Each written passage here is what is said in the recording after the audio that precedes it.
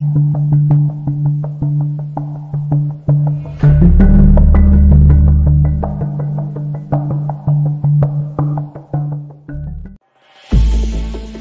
Agent quarter में अकेला ही था। 2 सपेरन औरतों और एक सपेरे मर्द को देखकर वो जरा सा चौंका। सुधार रंगनी को वो पहले ही इधर आता देख चुका था। एजेंट था, इसे तो शक होना ही था। इसने अपनी जेब में हाथ डाल लिया, शायद पिस्तौल निकालने लगा था कि मैंने अपना कोड दोहरा दिया। बात यह थी कि वहाँ रोशनी ज्यादा नहीं थी। खुफिया कोड सुनकर इसने जल्दी से कोठरी का दरवाज़ा खोल दिया और हम लपक कर अंदर दाखिल हो गए। इसने दरवाज़ा बंद कर दिया और गहरी सांस लेकर बोला, तुम इन लोगों को क्यों साथ लाए हो? ये कौन औरतें? सुधा रंगनी ने तड़प कर कहा, मैं इसकी पत्नी हूँ। सुधा रंगनी, तुम मुझे नहीं जानते। मैंने सुधा को खामोश रहने का इशारा किया, फिर नौरीन की तरफ इशारा करके बोला, दादा ये नौरीन है। एजेंट ने नौरीन पर एक गहरी निगाह डाली। कमरे में एक कमजोर सा बल्ब रोशन था। सलाखों वाली खिड़की बंद थी। वो अब सुधा को तक रहा था। फिर मुझे बाहर क्वार्टर की दीवार के पीछे अंधेरे में ले गया। दूसरी औरत को तुम यहाँ क्यों लाए हो? तुम्हें किसी ने देखा तो नहीं? मैंने इसे बताया कि दूसरी औरत के बगैर हम नौरीन को इंडियन फौज की कैद से नहीं निकाल सकते थे। मैंने मुख्तसरन इसे सारी बात बता दी। वो बोला, पुलिस ने लक्ष्मी बाई को भी पकड़ लिया था। मुझे खतरा था कि वो राज न उगल दे, मगर बड़ी बहादुर औरत निकली। पुलिस को इसने हमारे बारे में कुछ नहीं बताया। एक हसीन रिश्वत देने के बाद पुलिस ने इसे छोड़ दिया। मैं 4 रोज यहाँ से गायब रहा हूँ। हालात अब भी नॉर्मल नहीं है। पुलिस तुम्हारी तलाश में है। इसे असल कातिल भी अब तक नहीं मिला। मैंने बताया कि भगवा हमारी कमीनगाह में है और वो सुधा का जो खुद डाकू है वफादार साथी है। मैंने पुलिस मुकाबले का हाल भी बताया। इसने कहा कि वो अखबार में ये पढ़ चुका है। अब तुम ऐसा करो, जितनी जल्दी हो सके अपनी रंगनी डाकू को लेकर यहाँ से वापस चले जाओ। नौरीन को मैं आज रात ही सूरत जाकर अपने दूसरे एजेंट के हवाले कर दूंगा, जो इसे राजस्थान से बॉर्डर क्रॉस करवा कर पाकिस्तान पहुँचा देगा। इसके बाद डॉक्टर फरीदी के बारे में मेरे आदमी ने सिर्फ इतना बताया है कि इसे फौज चांदपुर छावनी में ले गए। ये चांदपुर छावनी कहाँ है? मैंने पूछा। दादा भाई बोला, तुम जिधर से आए हो इधर रास्ते में अमरेली कस्बा आया होगा। वहाँ से दरियाए घारंग को पार करने के बजाय अगर तुम दरिया के साथ साथ पश्चिम की तरफ चलो तो 5 कोस चलने के बाद दरिया का एक पुल आता है। चांदपुर छावनी इस पुल के इस तरफ इस जंगल को साफ करके बनाई गई है। वहाँ पर पहले सिर्फ फौजियों के क्वार्टर और कोठियाँ थी, मगर अब कुछ सिविलियन दुकानदार किस्म के लोग भी आबाद हो गए हैं। ये छावनी नई नहीं है। मैंने पूछा, तुम्हें यकीन है कि डॉक्टर फरीदी को वहीं रखा गया है? मेरे एजेंट में अंधेरे में अपनी चमकीली आंखें मुझ पर जमा दी।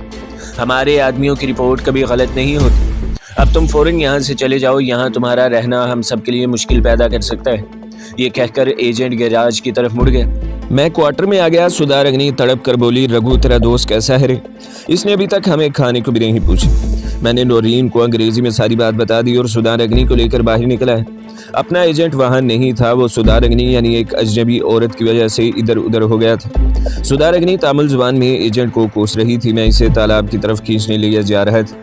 हमारे सामने अब वापसी का सफर था। रात हमने इसी स्टेशन पर बसर की जिस पर ट्रेन से उतरे थे। सुधा रंगनी को मैंने सारे हालात बयान कर दिए। वो बोली, रघु तुम अकेले इस बूढ़े आदमी को फौज की कैद से नहीं निकाल सकोगे। मैं तुम्हारी मदद करूँगी। तुम्हारी पत्नी हूँ, मेरा धर्म भी मुझे यही कहता है। मैं सोच में पड़ गया। बात इसने ठीक कही। मैं पहले ही पुलिस और फौज को जासूसी और कत्ल के इल्जाम में मतलूब था। सुधा रंगनी सपेरन के भेस में मेरे लिए रास्ता हमवार कर सकती थी। मैंने इसे साथ रखने का फैसला कर लिया था। सुधा रंगनी बड़ी खुश हुई। रात स्टेशन के बाहर पीपल के दरख्त तले गुजारी। सुबह सुबह वहाँ से लाड़ी पकड़कर बुराला कस्बे में आए। यहाँ से पैदल ही अमरेली की तरफ रवाना हो गए। रास्ते में रात हो गई। एक छोटा सा गाँव नजर आया। वहाँ एक मंदिर के आंगन में रात काटी और सुबह मुंह अंधेरे उठकर दरियाए घारंग की तरफ चल पड़े। मुझे इस बात की बड़ी खुशी थी कि मेरा आधा मिशन मुकम्मल हो गया था और नौरीन महफूज हाथों में पहुंच गई थी। अब मैं अपने बकिया आधे मिशन की तकमील के लिए सर धड़ की बाजी लगाने जा रहा था। दरियाए घारंग पर पहुंचकर हमने इसके किनारे किनारे चलना शुरू कर दिया था। चंद कोस चलने के बाद हमें पुल दिखाई देने लगा। करीब पहुंचे तो देखा कि वो कश्तियों से बनाया गया पुल था और इसके बाएं जानिब इसी किनारे पर जरा नशीब में छोटे छोटे क्वार्टर नुमा मकान बने हुए थे। इनमें 2 मंजिला इमारतें भी थी। दूर से मुझे कुछ फौजी ट्रक एक ग्राउंड में दाखिल होते नजर आए। मैंने सुधा से कहा, सुधा यही वो छावनी है जहां डॉक्टर फरीदी को किसी खुफिया मुकाम पर कैद रखा गया है। सुधा रंगनी अपनी लाल लाल आंखों से इन इमारतों और मकानों को घूरने लगी। इसका सांप बेटा साहू इसकी कलाई में लिपटा हुआ था। जैसा कि अपने एजेंट ने मुझे बताया था, इस चांदपुर नामी छोटी सी फौजी छावनी में एक जानिब नई आबादी भी नजर आ रही थी। ये फौजी दफातर में काम करने वालों और दुकानदारों के क्वार्टर्स थे। जिस मैदान में फौजी ट्रक दाखिल हुए थे, इसकी एक जानिब ढलानी छत वाली 2 मंजिला इमारत थी। जिसकी दूसरी मंजिल के बरामदे में मुझे पहरे पर खड़े 2 फौजी दिखाई दिए। ज़रूर इसी इमारत में किसी जगह हमारा टारगेट था। यहाँ बड़ी दूर अंदेशी और एक ख़ास हिकमत अमली के तहत अपने मंसूबे पर काम करने की ज़रूरत थी। हमें सबसे पहले ये पता चलाना था कि इस छावनी में कोई खुफिया तहखाना या जेल की कोठरी कहाँ है। इसके बाद ये मालूम करना था कि क्या वहाँ पर डॉक्टर फरीदी मौजूद है। बाद हज़ार डॉक्टर फरीदी को वहाँ से निकालने का मरहला था, जो एक दुश्वार काम था। सुधार रंगनी इस ज़मन में मेरी मदद कर सकती थी। हमारे रास्ते की सबसे बड़ी रुकावट ये थी कि सुधार रंगनी भी एक मफरूर डाकू थी और मैं भी एक मफरूर कातिल और गैर मुल्की जासूस था। पुलिस दिन रात हम दोनों को खोज रही थी। सुधार रंगनी को तो पुलिस ने अभी तक नहीं देखा था, मगर मेरी तस्वीर सिविलियन और मिलिट्री पुलिस के रिकॉर्ड में मौजूद थी। अगरचे मेरा हुलिया काफ़ी बदला हुआ था, फिर भी करीब से मैं पहचाना जा सकता था। सुधार रंगनी बोली, रघु, अगर तुम्हें अपने आदमी को यहाँ से निकालना है तो फिर हमें इस बस्ती के बाहर किसी खुफिया जगह पर डेरा जमाना होगा। बात इसने मेरे दिल की कही थी। हमें चांदपुर छावनी से बाहर रहकर पहले अपनी जगह बनानी थी, फिर वहाँ से अपने मंसूबे का आगाज़ करना था। सूरज मशी की पहाड़ियों से ऊपर आ गया था और इसकी सुनहरी किरणें छावनी के मकानों की छतों को रोशन कर रही थी। हमारे पास सांपों की एक पिटारी, एक झोला और एक सपेरन वाली बीन थी और सुधार रंगनी के पास एक भरा हुआ पिस्तौल भी था, जो इसने अपने गेरवे रंग की धोती नुमा साड़ी में छुपा रखा था। बस्ती के करीब ही बबूल के बहुत से दरख्त उगे हुए थे। ये वीरान इलाका था। मिट्टी का एक बहुत बड़ा तोदा था जिस पर झाड़ियाँ उगी हुई थी। यहाँ एक तरफ से लोग मिट्टी खोद कर ले गए थे, जिसकी वजह से वहाँ एक छोटा सा खूह नुमा गार सा बन गया था। हमने इसी खूह में अपना ठिकाना बना लिया। इधर उधर से घास फूस इकट्ठा करके अंदर ज़मीन पर बिछा दिया। सुधार रंगनी बस्ती के बाजार से एक एल्यूमिनियम की देगची, मिट्टी के 2-4 प्याले, मिट्टी की गागर और एक लोटा खरीद लाई। इसने वापस आकर बताया कि बस्ती का सिर्फ एक ही छोटा सा बाजार है, जहाँ आटा, दाल, चावल, मिट्टी का तेल और बर्तनों की चंद एक दुकानें। वो क्वार्टरों की तरफ नहीं गई थी, वो थोड़े से चावल भी लेती आई थी। बेरी के जंगल दरख्तों के दरमियान एक छोटी सी नदी बहती थी। यहाँ से वो पानी की गागर भर कर ले आई। इसने दाल चावल की खिचड़ी पका ली, जो हमने मिलकर खाई। फिर सुधा खूह में एक तरफ आलती पालती मारकर बैठ गई। ये इसके सांप बेटे साहू के दूध का वक़्त था। मैं अपने ख्यालों में गुम था। अभी तक मेरे जहन में कोई ऐसा मंसूबा नहीं आया था जिस पर अमल शुरू करता। जहन बड़ी तेज़ी से सोच रहा था। सांप को दूध पिलाने के बाद सुधार रंगनी मेरे पास आकर बैठ गई और मेरे कांधे पर हाथ रखकर बोली, मेरे स्वामी, तुम मेरे होते हुए क्यों परेशान हो रहे हो? तुम अपनी परेशानी मुझे दे दो, मैं तुम्हारे आदमी का खोज लगाकर छोड़ूंगी। मैं फौजियों की बैरक के पास जाकर सांपों का तमाशा दिखाने के बहाने इनसे ताल्लुकात पैदा कर लूंगी। और मैंने सुधार रंगनी की तरफ देखा। वो चुप हो गई, फिर लाल लाल आंखों से मुझे घूरती हुई बोली, रघु, तुम भी मुझ पर शक करते हो? अरे इस संसार में तुम्हारे सिवा मुझे कोई हाथ तो लगा कर देखे। इसे कच्चा न चबा जाऊं तो सुधार रंगनी नाम नहीं। फिर जैसे इसे अचानक कुछ याद आ गया, इसकी आंखों से चिंगारियां सी फूटने लगी और आवाज़ सांप की फुनकार की तरह होगी। हाँ, बड़बोदा के जेलर से अभी मुझे अपनी बेइज्जती का बदला लेना। इसने मेरा चेहरा अपनी खुरदरी हथेलियों में ले लिया और मेरी आंखों में अपनी लाल लाल गरज आंखें डालकर बोली, मुझे माफ़ कर देना रघु, इसने अपनी आदमियों की मदद से मुझे रस्सियों से बांध दिया था। मैं बेबस हो गई थी। इस तरह तो तुम भी बेबस हो जाती, लेकिन मेरे सीने पर बड़बोदा के जेलर का एक गहरा दाग है। मैं एक बार अपने आदमियों के साथ इसके मकान पर बदला लेने गई थी, मगर वो वहाँ पर मौजूद नहीं था। रघु, मैं अपने बेटे सांप साहू की सुगंध खाकर तुमसे वादा करती हूँ कि मैं बड़बोदा के जेलर से अपनी बेइज्जती का बदला ज़रूर लूँगी। मैंने इसे दूसरी बातों में लगाकर मौजू बदल दिया। वो बहुत जज्बाती हो रही थी। वैसे भी मुझे बड़बोदा के जेलर से कोई दिलचस्पी नहीं थी। मैं तो इस वक्त इस फिक्र में गुम था कि डॉक्टर फरीदी का सुराग कैसे लगाया जाए और सुधार रंगनी इस सिलसिले में मेरी क्या मदद कर सकती है। मैं खुद छावनी का रुख करने से गुरेज कर रहा था। मेरी शनाख्त किए जाने का खतरा था। मैं सिर्फ अशद ज़रूरत के तहत ही ऐसा कर सकता था। बिलाखिर मैं इसी नतीजे पर पहुंचा कि सुधार रंगनी को ही भेजूं कि छावनी के इलाके में जाकर वहाँ का हदूद अरबा मालूम कर। वो दोपहर को गई, मगर इस मालूमात से मैं कोई ख़ास अंदाज़ा न लगा सका कि छावनी में कौन सा दफ्तर कहाँ है और कौन सा फौजी अफसर किस जगह रहता है जो मेरे मिशन में मेरे कोई काम आ सकता है। एक रोज़ जब दिन की रोशनी कम हुई तो मैं खुद सपेरों का झोला बगल में लटका कर बैन हाथ में लिए खुद ही चांदपुर बस्ती की तरफ चल पड़े। ये क्वार्टरों की 4-5 गलियों वाली बस्ती थी, जहाँ कुछ दुकानें भी थीं। छावनी की इमारतों की तरफ किसी को जाने की इजाज़त नहीं थी। वहाँ सड़क पर रुकावट खड़ी करके एक चेकिंग पोस्ट बनाई गई थी। मैं इसे दूर ही से देखकर वापस आ गया। दूसरे दिन मैं और सुधा इकट्ठे बस्ती में गए। 2-1 जगहों पर हमने सांप का तमाशा भी दिखाया। क्वार्टरों में से बच्चे निकलकर जमा हो जाते मैंने देखा कि ये क्वार्टर नॉन कमीशन्ड ऑफिसर के थे। कमीशन्ड ऑफिसर शायद छावनी के हदूद के अंदर रहते थे। हम तमाशा दिखाकर क्वार्टरों की कतार के करीब से गुजर रहे थे कि मेरी नज़र एक क्वार्टर के बाहर लगी नीम प्लेट पर पड़ी, जिस पर गुजराती जुबान में लांस नाइक विष्णु नंदरेकर के आगे ब्रैकेट में इंटेलिजेंस का लफ्ज़ लिखा था। मेरे अंदर जैसे कोई चीज़ जाग पड़ी। मैंने सुधा को वो क्वार्टर दिखाते हुए आहिस्ता से तामुल जुबान में कहा, इस क्वार्टर को याद रखना। इसने पलट कर क्वार्टर पर निगाह डाली और खामोश हो गई। जब हम बस्ती से निकलकर अपनी खूह की तरफ जा रहे थे तो इसने मुझसे इस क्वार्टर के बारे में पूछा। मैंने इसे बताया कि वहाँ विष्णु नंदरेकर नाम का एक ऐसा फौजी रहता है जिसका ताल्लुक मिलिट्री इंटेलिजेंस से है और इस आदमी से हमें डॉक्टर फरीदी के बारे में बड़ी मालूमात मिल सकती है। सुधार रंगनी ने अपने बेटे सांप को अपनी गर्दन से उतार कर अपनी कलाई पर लपेटते हुए कहा, क्या हमें इसे अगवा करना होगा? मैंने इसे समझाया कि हमें इसके साथ ऐसे मरासम इस्तवार करना होंगे कि इसे हमारा एतमाद हासिल हो जाए, वो जज्बाती एतबार से हमारे कब्जे में आ जाए और हम इससे बातों ही बातों में डॉक्टर फरीदी के बारे में अहम मालूमात हासिल कर सकें, जिसका मुझे यकीन था कि इसे ज़रूर इल्म होगा। मेरे जहन में अचानक एक ख्याल आ गया। मैंने सुधा से पूछा, सुधा, तुम्हारे पास कोई ऐसा सांप है जो इस फौजी के घर के किसी फर्द को रात के वक्त जाकर सूंघ आया करे? क्योंकि मैंने सुन रखा है कि अगर किसी को सांप सूंघ जाए तो वो मरता तो नहीं लेकिन बेहद बीमार हो जाता है और जान के लाले पड़ जाते हैं। सुधा बोली, ऐसा तो कोई ख़ास सांप मेरे पास नहीं है, लेकिन मैं किसी भी सांप से ऐसा काम ले सकती हूँ, मगर इसके लिए ज़रूरी है कि मेरा सांप इस ख़ास आदमी के बदन की खुशबू से वाकिफ़ हो। इसके लिए सांप को इस आदमी के जिस्म का कोई कपड़ा सूंघाना पड़ेगा। अपनी खूह तक पहुँचते पहुँचते मेरे दिमाग में एक पूरी स्कीम तैयार हो चुकी थी। मैंने ये सारी स्कीम सुधा रंगनी को समझा दी। अपनी इस नई स्कीम पर अमल पैरा होने के लिए हम अगले रोज़ दोपहर के वक्त अपनी खूह से निकलकर चांदपुर के क्वार्टरों में आ गए। मुझे मालूम था कि इस वक्त लोग काम काज पर गए होते हैं और घर में सिर्फ औरतें और बच्चे ही होते हैं। मैं लांस नाइक नंदरेकर के किसी बच्चे को निशाना बनाना चाहता, क्योंकि बच्चे के साथ बाप के शदीद जज्बात वाबस्ता होते हैं। हमने एन लांस नाइक नंदरेकर के क्वार्टर के सामने जाकर सांप का तमाशा दिखाना शुरू कर दिया। मैं झोला ज़मीन पर रख कर बैठ गया और बीन बजाने लगा। सुधार रंगनी ने सांपों की पिटारी सामने रख दी और गुजराती जुबान में सांपों की तारीफ में इनका एक मखसूस गीत गाने लगा। वो खुद शिवराष्ट्र की रहने वाली थी और बचपन में इसने मांड कबीले की सपेरन औरतों के ये गीत सुन रखे थे।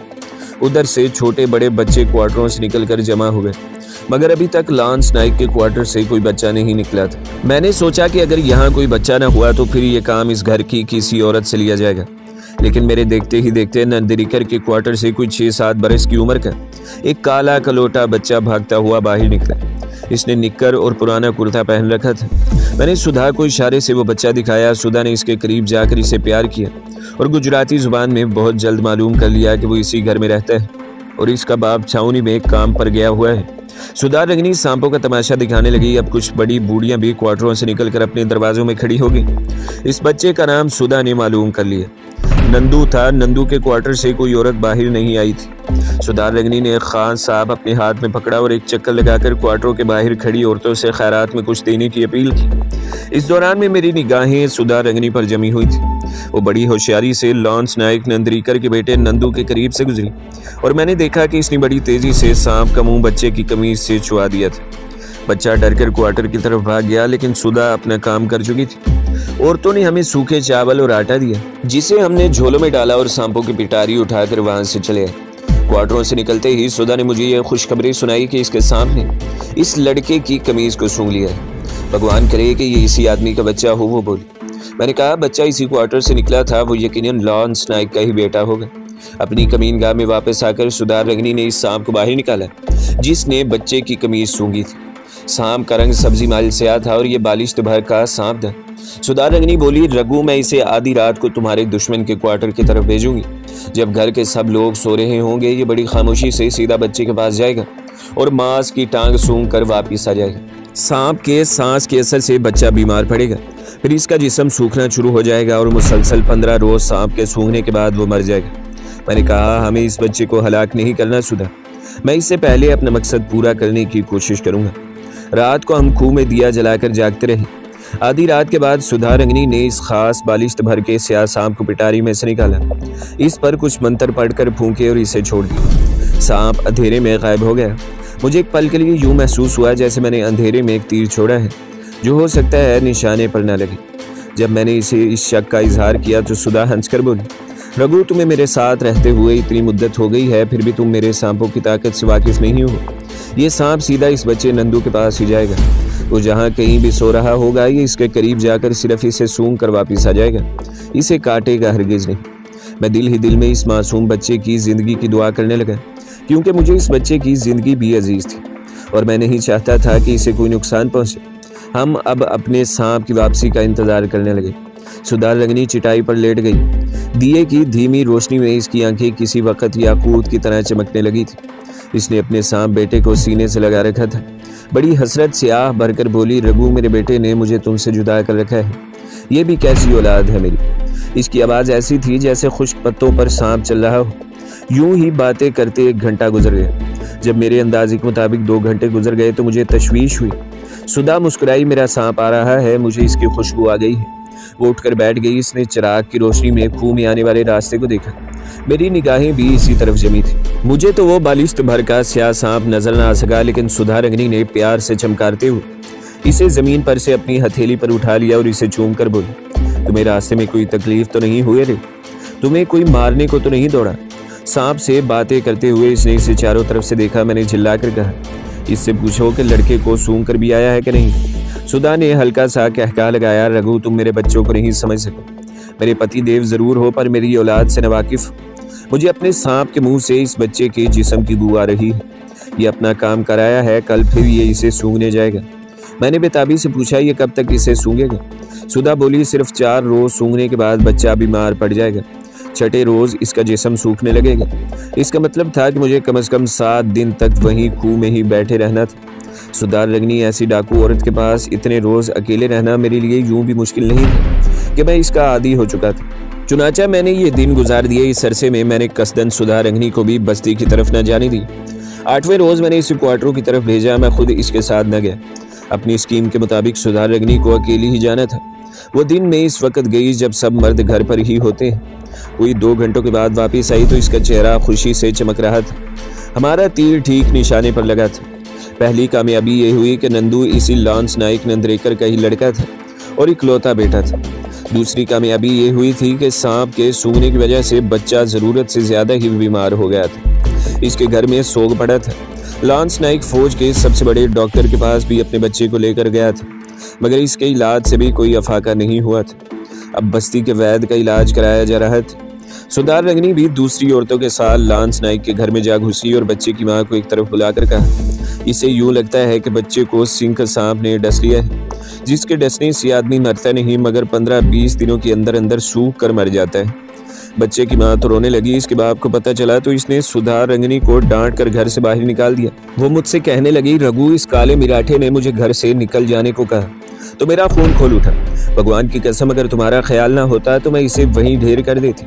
मैंने कहा, अब क्या होगा, कहीं ऐसा ना हो कि बच्चा मर जाए और हमें भी कुछ हासिल ना हो। वो बोली, अरे तुम घबराते क्यों हो? मेरे स्वामी सिर्फ 4 रोज और ठहर जाओ। मैं जाऊंगी तो वो मेरे चरण छुएंगे। मुसीबत के 2-4 दिन भी गुजर गए। 5वें रोज सुधा रंगनी बीन हाथ में लिए एक बार फिर अकेली ही बस्ती की तरफ चल पड़ी। उस रोज वो दोपहर के बाद वापिस आते ही आते बोली, रघु आज इस कमीने मिराठे ने मेरी बड़ी खातिरदारी की। मुझे कड़ी चावल का भोजन भी कराया। अब तो वो मेरा चेला बन गया है। भीगी बिल्ली बनकर मेरे कदमों में बैठ रहा है। मैं बड़ा खुश हुआ। सुधा ने बताया कि लड़के की हालत इसकी स्कीम के मुताबिक काफ़ी ख़राब हो चुकी थी। वो पहचाना नहीं जाता था। इसने लॉन्स नाइक के घर में जाकर इसकी माँ से बच्चे के बारे में तशवीश का इजहार करते हुए कहा कि वो लोग जिद से काम लेकर बच्चे की जान गंवा बैठेंगे। बच्चे को सिंह सांप ने डसा है और दुनिया का कोई डॉक्टर इसका इलाज नहीं कर सकता। जब सुधा रंगनी ने लड़के की टांग से कपड़ा हटाकर वो जगह दिखाई जहाँ सांप सूगा करता था तो सब ने देखा कि बच्चे की पिंडली एक जगह से नीली पड़ चुकी थी। यह सुधा के अपने सांप के सांस का असर था। तब तो सबको यकीन हो गया। बच्चे का बाप भी सुधा रंगनी के आगे हाथ जोड़कर खड़ा हो गया और आंखों में आंसू भरकर गिड़गिड़ाया कि किसी तरह मेरे बच्चे को बचा लो। अब सुधा ने स्कीम के मुताबिक इसे कहा कि सिंह सांप के कांटे का इलाज इसके गुरु के पास ही है, जो बस्ती से दूर एक खूह में रहता है, मगर इससे मिलना बहुत मुश्किल है। वो किसी को अपने पास नहीं आने देता। घर वाले परेशान होकर सुधा रंगनी की मिन्नत समाजित करने लगे। माँ ने रोकर अपने बेटे की जिंदगी की भीख मांगी। लॉन्स नाइक ने सुधा रंगनी के पांव पर सर रख दिया। सुधा ने कहा कि मैं गुरु को किसी तरह राजी करने की कोशिश करूंगी। सुधा ने मेरे बाजू पकड़कर दबाया और बोली, रघु अब तुम मेरे गुरु भी हो, कल मैं इन्हें तुम्हारे पास लेकर आऊंगी। तुम जरा नखरे दिखाना, मुझे तो तुम बड़े नखरे दिखाया करते थे शुरू में। और वो कहका लगाकर हंस पड़ी। इसने मुझे बताया कि जब बच्चे का बाप मेरे पास आए तो मैं सांप के मनके को पानी में डालकर वो पानी इसे दे दूं। बच्चा वो पानी 2 रोज पिएगा तो इसकी जिस्म की ताकत वापिस आने लगेगी। अब इसने सांप को भी रोक दिया था। दूसरे दिन वो मुझे पूरा गुरु बनाकर खूह में बिठा गई। मैंने सर पर पगड़ बांधकर अपने जिस्म पर गिरवी चादर लपेट ली थी। माथे पर मिट्टी से 3 लकीरें बना ली थी। मिट्टी के कटोरे में थोड़ा सा कड़वा तेल डालकर इसमें एक काला पत्थर रख दिया था। मिट्टी का दिया मेरे दाएं जानिब ईंटों पर रोशन था। सुधार रंगनी के सांप का मनका मेरी जेब में था। सुधार रंगनी जाने से पहले खूह में लोबान भी सुलगा गई थी, जिससे मेरे नाक में दम हो रहा था। इसके जाने के बाद मैं खूह से निकलकर खुली हवा में आकर बैठ गया। इस वक्त शाम हो रही थी। सुधार रंगनी कोई 1 घंटे बाद वापिस आई। मैंने नशीब में इसे दूर से देख लिया था। इसके साथ सफेद धोती कुर्ते में मलबूस एक आदमी भी चला आ रहा था। मैं जल्दी से खूह में घुस गया और आसन जमा कर बैठ गया। ये लॉन्स नायक नंदरेकर ही हो सकता था। मैं जोगियों की तरह 4 जानू समाधि लगाए बैठा था। मेरी आंखें नीमवा थी। मैंने देखा कि लॉन्स नायक नंदरेकर को सुधा ने खूह के बाहर ही रोक दिया है। वो खुद हाथ जोड़कर खूह के अंदर झुककर बोली, गुरु महाराज, अगर आपकी इजाजत हो तो बच्चे के दुखी बाप को हाजिर करूं। मैंने आवाज में ऋषि मनी का दबदबा पैदा करते हुए कहा, यह अब आया है हमारे पास, पहले कहाँ था? इसके बच्चे नंदू को सिनक सांप अपने पास बुला रहा है। हम सिनक नाग को नाराज नहीं कर सकते। लांस नाइक 2 जानू होकर गिड़गिड़ाया, महाराज मेरे बच्चे की जान बचा ले, चाहे मेरी जान ले ले। मैंने गरजदार आवाज में कहा, हम यमदूत नहीं है जो तेरी जान ले ले। जा, हम तेरे बच्चे के लिए कुछ नहीं कर सकते। अब प्रोग्राम के मुताबिक सुधा ने इल्तिजा की, गुरु महाराज, मैंने नंदरेकर जी के बच्चे को अपना बच्चा मान लिया है। इस पर कृपा करें, ये नादान है, वैद डॉक्टरों के चक्कर में फंस रहा है। मैंने हाथ ऊपर उठाकर इन्हें शांत रहने को इशारा किया। मैं कुछ देर खामोश रहा, फिर नंदरेकर और सुधा को अंदर बुला लिया। लांस नायक नंदरेकर मेरे सामने 2 जानू होकर अदब से बैठ गए। इसने हाथ बांध रखे थे, सर झुका हुआ था। मैंने कहा, हमारी चेली ने तुम्हारे बच्चे को अपना बच्चा कहा है, हम इसकी बात का पालन करेंगे। हम तुम्हें एक कटोरे में आकाश के देवता सिनिक नाग के मनके वाला पानी देंगे। ये पानी जाकर अपने बच्चे को पिला देना, तेरे बच्चे का मर्ज वापस चला जाएगा। मगर इसके बाद तुझे एक दूसरा इलाज करना होगा, नहीं तो सिनिक नाग का जहर दोबारा तेरे बच्चे के जिस्म में जाग पड़ेगा और इसे हलाक कर देगा। लॉन्स नाइक ने अपना माथा मेरे पाँव के आगे रख दिया और रोते हुए बोला, गुरु महाराज, आप जैसा कहेंगे मैं वैसे ही करूँगा। आप मेरे लिए देवता समान है, किसी तरह मेरे बच्चे की जान बचा लें, वो मेरा इकलौता बेटा है। तो दोस्तों, अगली किस देखने के लिए हमारे चैनल को सब्सक्राइब करें, वीडियो को लाइक करें और बेल के आइकन को भी दबा दें, ताकि हर जो आने वाली वीडियो है वो आपको सबसे पहले मिलती रहे।